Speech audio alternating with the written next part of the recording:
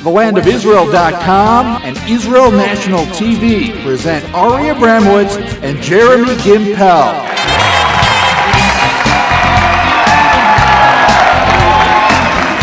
Live from the heart of Israel, it's Tuesday Night Live in Jerusalem.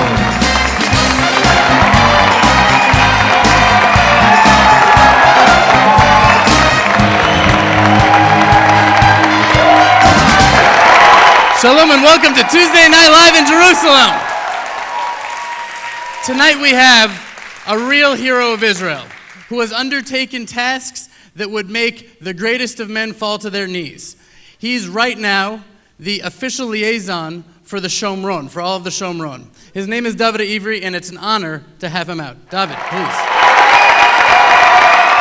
Let me just get the first question out there.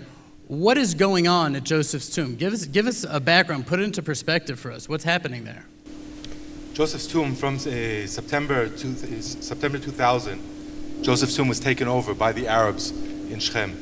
Before that, the Israeli government gave the Palestinians autonomy in Shechem, but they had agreed that Kever Yosef would stay under Israeli authority and that the yeshiva would continue to operate there in Kever Yosef. But in September 2000, the Palestinians used the arms that they were given by the Israeli government, and they went to war for Kever Yosef. They took over the site. They turned them on us? They turned them on. I can't imagine. Can't imagine at all. An Israeli soldier was killed there. Rabbi Hillel Lieberman, Hashem Yimkom Damo, was killed on his way there to Kever Yosef. And they demolished and destroyed and desecrated and burnt everything that was holy. They destroyed the whole building. For the past 8 years, since September 2000, until a year ago, Jews were not allowed to enter Kever Yosef at all. If you drive up on the 60 road to Shechem, the road is closed. When you get up to that junction before Shechem, the army is there and they check your ID, and if you're Jewish, you can't go through. Only Arabs are allowed in. And that disgraceful situation went on. It's a humiliating checkpoint. It's very humiliating. Sure it is. And the situation is humiliating. It's humiliating to the Jewish people, to our heritage. And that's the reason the Arabs are doing that. They're destroying it in their spite and their hate of the Jewish people and our heritage. You know, it's important to point out that Joseph's tomb, we saw in the film, the Psukim, the Bible states that the sons of Bnei Israel, they brought Joseph's bones back to burial in Shechem. They brought him back because the Midrash says that Joseph, when he was abducted by his brothers and thrown in a pit, it was in Shomron, in Emek Dotan, which is near Shechem. And then he asked his brothers when he passes, when they come back to Eretz Israel, to bring his bones back. And the Midrash says, from the place that Joseph was stolen, he was abducted by his brothers, he was also returned and buried in Shechem. That's recorded in the Bible. And right. That place has been protected, has been untouched for 3,000 years, from that time until the year 2000. And now it's all destroyed. Could this be a wake-up call for us? What could the future hold? Is there any hope that we can actually do something here? There is hope, because there has been change. Over the past year, there has been change.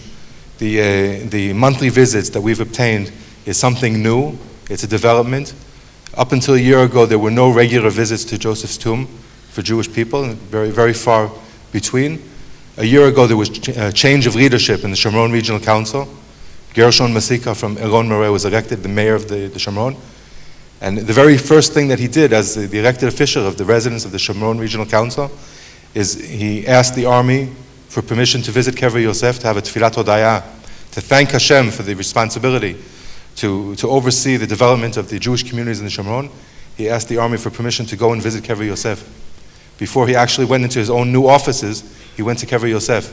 And I was there with him that evening on Hanukkah last year, and he said he will use his influence and his power as the mayor of the Shomron Regional Council in order to restore Kever Yosef. And there has been a lot of development over the past year. What development? What has been done and what still needs to be done? Well, first of all, we've obtained the monthly visits to Kever Yosef, which have become a routine. A year ago, on Hanukkah, when we visited with Gershon Masika, just a small group, it was very difficult for the army to bring us in.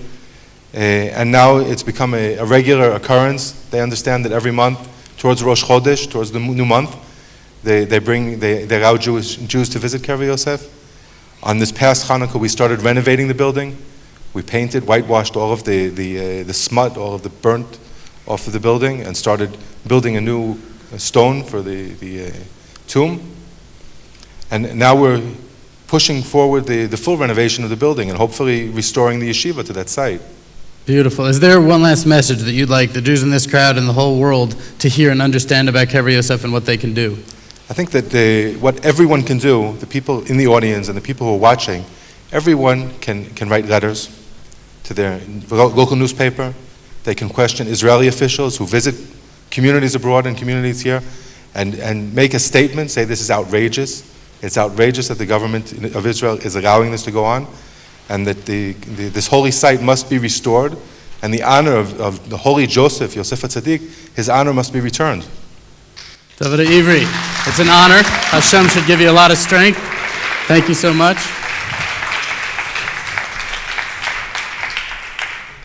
The real question, why is Kever Yosef so important? That's the real question. Why are we talking about Kever Yosef? Well, here's the answer.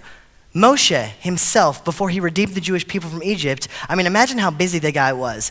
I have this little television show, and Rachel takes care of everything. Imagine doing a grassroots movement that will lead the Jewish people out of Egypt, and in entire chaos, Moshe Rabbeinu takes the time to himself go, and he himself pulls up the bones of Joseph and takes care of Yosef HaTzadik himself. He doesn't delegate it to Aaron or to anyone else. And you wonder why? Like, what is that? What is that? And we realize Moshe saw himself as the mirror reflection of Yosef HaTzadik. Why? Yosef started with his brothers and was separated. Moshe Rabbeinu was separated from his brothers and then joined. Yosef started off in slavery and then reached Malchut, the kingship.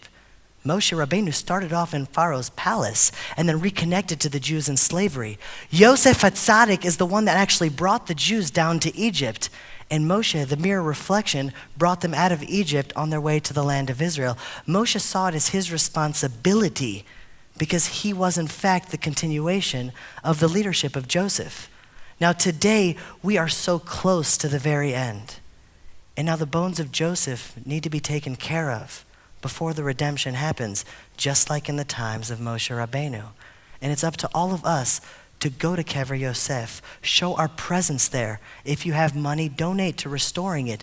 Make it happen, because that is the next key. Just like in the times of Moshe, without Yosef, there is no redemption. Because without the connection to our fathers, without the connection to the land of Israel, then what are we doing here? Shalom from Jerusalem. Oy shoma yare yenda o bkhutz Yerushalayim. Oy shoma yare yenda o bkhutz Yerushalayim. Kol sazon